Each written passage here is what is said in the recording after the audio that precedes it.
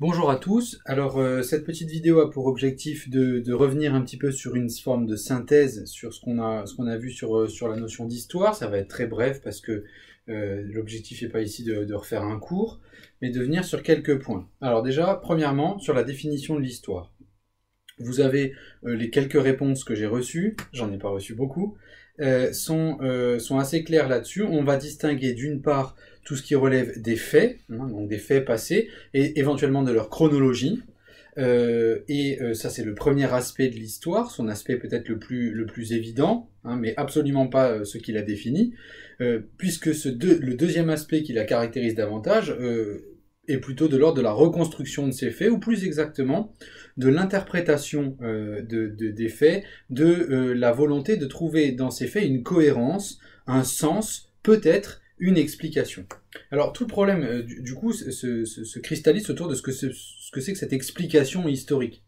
Est-ce que l'histoire explique le mouvement des sociétés, l'évolution de l'humanité, comme la physique explique les événements, les phénomènes naturels?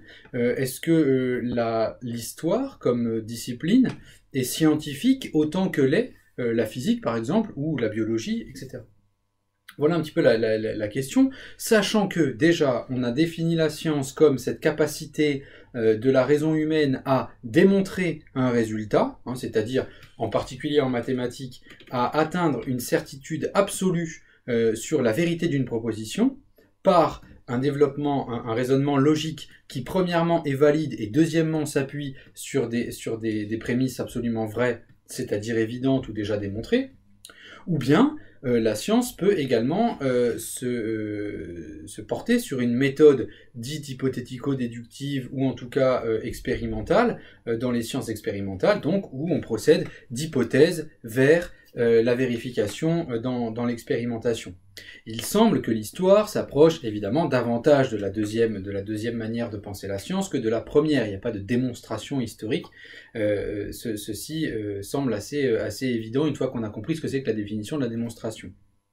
Par contre, la vraie question, c'est est-ce qu'on peut comparer ces méthodes expérimentales en sciences physiques, biologie, et expérimentales, ce qui serait une forme d'expérimentation en histoire. Alors, la première réponse qu'on a vue, c'est que si c'était le cas, on aurait une possibilité d'envisager l'histoire à partir de grandes lois, de règles qui s'appliqueraient de manière assez évidente. On l'a vu, et assez régulière surtout. On l'a vu avec la thèse que vous avez vue en vidéo avec Jean Salem, et avec les textes de Marx, autour de la notion de matérialisme historique. En un mot, en une phrase, ou trois ou quatre peut-être, le matérialisme historique consiste à expliquer l'évolution des sociétés à partir de causalités directement matérielles, en ceci il est matérialiste, il est un matérialisme, c'est-à-dire plus exactement par les conditions de production, les forces de production, c'est-à-dire d'abord les outils, les objets techniques, et puis également les rapports de classe qui vont donc découler de cette organisation du travail et des moyens de produire.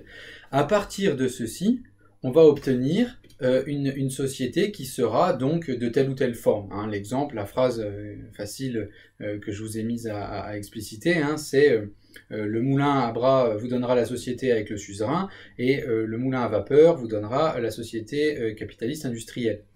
Donc vous voyez bien que dès qu'on change le moyen de production, vous voyez à quel point c'est matériel, le moulin il passe de à bras à vapeur, on y ajoute un moteur à vapeur, et ceci produit immédiatement, au sens produit par conséquent, en conséquence, une nouvelle forme de société, nouvelle organisation politique, nouvelle organisation sociale, nouvelles idéologies, etc., etc. Mais ceci vient après. Il y aurait donc, et toute la vidéo de Jean Salem va dans ce sens, il y aurait donc des conditions matérielles, des choses que l'on peut étudier de manière rigoureusement scientifique. C'est ce que fait l'économie politique, c'est ce que fait... Et ces choses-là permettent de comprendre l'évolution des sociétés. On aurait donc un modèle qui se rapprocherait pas mal de la conception un petit peu scientifique. Et je vous avais dit, il me semble déjà en cours, je vous le répète ici, ce 19e siècle voit vraiment la conception des sciences humaines sous le modèle de la science expérimentale, de la science physique. Regardez l'exemple le plus fameux, c'est que Auguste Comte, philosophe du 19e siècle, lorsqu'il se propose de penser cette science nouvelle qu'est la sociologie, elle ne s'appelle pas encore sociologie, elle s'appelle, dans les mots d'Auguste Comte, la physique sociale. C'est une physique sociale. C'est quelque chose d'assez important, ça. On va essayer de concevoir dans les sciences humaines et en histoire avec le matérialisme historique, les événements, les choses humaines, comme des choses. Voilà, comme des choses que la science peut tout à fait attraper et attirer dans sa méthode pour en produire des lois, des lois de tout ordre. Vous en avez toute une liste dans le diaporama que je vous ai envoyé. Alors évidemment, la difficulté, deuxième moment du cours, la difficulté c'est que, certes, il y a bien des événements historiques, mais dès lors que l'on s'intéresse aux événements historiques précisément, on opère quelque chose qui nous éloigne un peu de l'objectivité. Pour quelle raison? Eh bien, pour une raison assez simple, c'est que dans tous ces phénomènes humains que l'historien observe, il choisit un certain événement. Et c'est cet événement auquel il va accorder de l'importance. Prenons un exemple un peu simple et un petit peu bête. J'avoue que c'est pas très fin comme analyse historique. Vous allez avoir dans les textes, et vous avez vu déjà, ou entendu, ou travaillé en cours, des récits historiques de l'exécution, par exemple, du roi Louis XVI, le 21 janvier 1793. Bon. On sélectionne cet événement et on se focalise. Qu'est-ce qui se passe à Paris ce jour-là, de fondamental? Le roi est décapité sur une place publique et on s'intéresse à ce qui se passe autour de cet événement-là, dans Paris, etc. Mais, pour quelle raison choisir cet événement plutôt que ce qui se passe en province, à Limoges, le même jour, et qui peut-être nous donnerait des renseignements sur la situation économique du pays le 21 janvier 1793 ? Pourquoi s'intéresser à la décapitation du roi Louis XVI, si ce n'est parce que l'historien accorde une valeur historique à cet événement-là, qu'un autre historien peut tout à fait négliger si son objectif, si son hypothèse de travail n'est pas l'histoire politique, mais l'histoire strictement économique ou un autre domaine.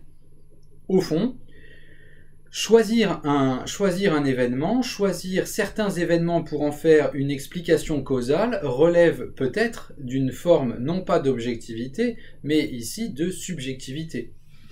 Alors, deuxième élément, cette subjectivité se trouve également dans la manière dont on raconte, dont on reprend un événement. Regardez le récit que je vous ai mis à travailler de Michelet autour de la prise de la Bastille, et vous voyez que derrière, Michelet fait tout sauf raconter ce qui s'est exactement passé dans les rues de Paris ce jour-là. Michelet raconte la ferveur du peuple, raconte cette idée qui l'emporte, cette idée de liberté, etc. On entend davantage les émotions, les sentiments, peut-être même de Michelet, que l'objectivité des faits, racontés de manière strictement distante. Vous lirez d'ailleurs à ce propos dans le dossier des textes sur la distance de l'historien. Ce qui donc nous montre que cette objectivité que l'on a postulée dans la première réponse est peut-être pas tout à fait exacte, et que la subjectivité de l'historien est à prendre en compte. Est-ce que ceci invalide, à proprement parler, la démarche scientifique de l'histoire? Troisième partie du cours, la réponse est non. La réponse est non parce qu'en réalité, on se trompe en opposant objectivité et subjectivité de manière radicale et en disant tout ce qui est subjectif n'est pas objectif, et tout ce qui est objectif n'a strictement rien à voir avec ce que le sujet peut dire d'un état psychique, d'un état d'âme ou même de lui-même. Tout le travail que vous avez fait, et si vous ne l'avez pas fait, je vous encourage largement à le faire, tout le travail dont il est question ici, c'est de réfléchir à une forme de subjectivité, c'est-à-dire à celle de l'historien, qui aboutit à un récit qui ne parle pas strictement de lui, on n'est pas dans l'ordre de l'autobiographie ou du roman, mais qui parle à partir de son regard à lui, de quelque chose qui le dépasse comme sujet et qui va rencontrer l'humanité comme universelle. Et donc, dans l'analyse de Ricoeur, vous avez le texte que je vous ai demandé de travailler, puis un autre texte que je vous mets en dossier avec cette vidéo, hein, c'est ce texte où Ricoeur compare le jugement d'un magistrat au tribunal et le jugement de l'historien. Et il explique que, en réalité, même si l'historien tend à sélectionner des événements, à les raconter à travers sa propre manière de voir l'événement, il n'y a pas chez l'historien de jugement définitif comme il y a un jugement définitif au tribunal. Et lorsqu'il parle de l'histoire, Ricoeur insiste sur la nécessité de la réécrire. Elle passe constamment par un travail d'interprétation et de réinterprétation. Est-ce à dire donc que l'histoire n'est pas objective? Pas du tout. Il s'agit simplement de montrer que dans les domaines de l'objectivité, on va distinguer un certain nombre de types d'objectivité et qu'il ne faut pas confondre l'objectivité des sciences expérimentales, physique, biologie, chimie, etc., avec cette objectivité si particulière qu'est celle des sciences humaines, où l'on se situe à la fois dans une certaine forme de distance et en même temps pris dans le récit que l'on fait, que l'on donne.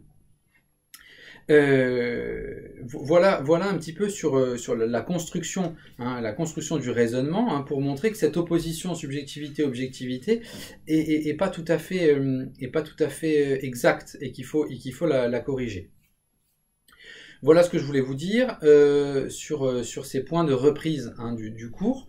Je vous mets en pièce jointe donc l'intégralité du cours et puis également des fiches qui peuvent un petit peu vous aider, résumer, et puis quelques petits textes qui vont agrémenter votre lecture. Voilà, je vous ferai le même type d'exercice autour de la notion de religion, et puis je pense que je m'arrêterai d'avancer pour des raisons strictement de réflexion personnelle. Je ne suis pas sûr que vous ayez tous accès aux mêmes moyens de travail, aux mêmes outils numériques. Je reçois pas forcément beaucoup de réponses. J'ai donc pris la décision de ne pas continuer trop longtemps dans le programme. Nous ne ferons qu'une notion supplémentaire.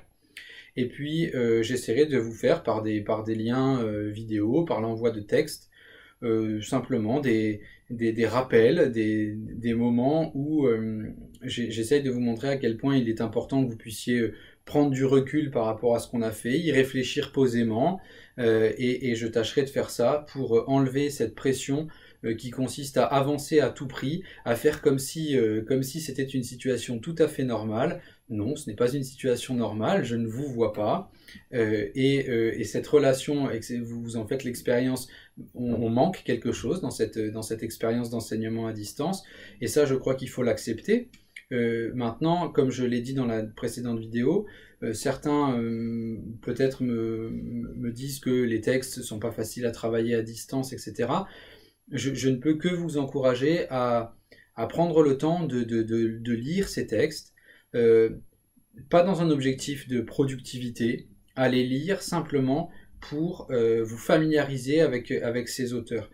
Encore une fois, vous allez trouver 50 000 trucs sur Internet, mais au fond, quel est l'intérêt de vous perdre dans toutes ces vidéos-là, alors que finalement l'objectif est de lire essentiellement les auteurs. Donc je ne vais pas non plus multiplier les vidéos, sinon je ferai quelque chose d'absolument contradictoire avec ce que je viens de dire. J'essaie simplement de vous donner, à partir de maintenant, un peu de goût et d'explicitation pour les auteurs à partir desquels je vous conseille de travailler. Voilà, je vous souhaite bon courage et je vous dis à très bientôt.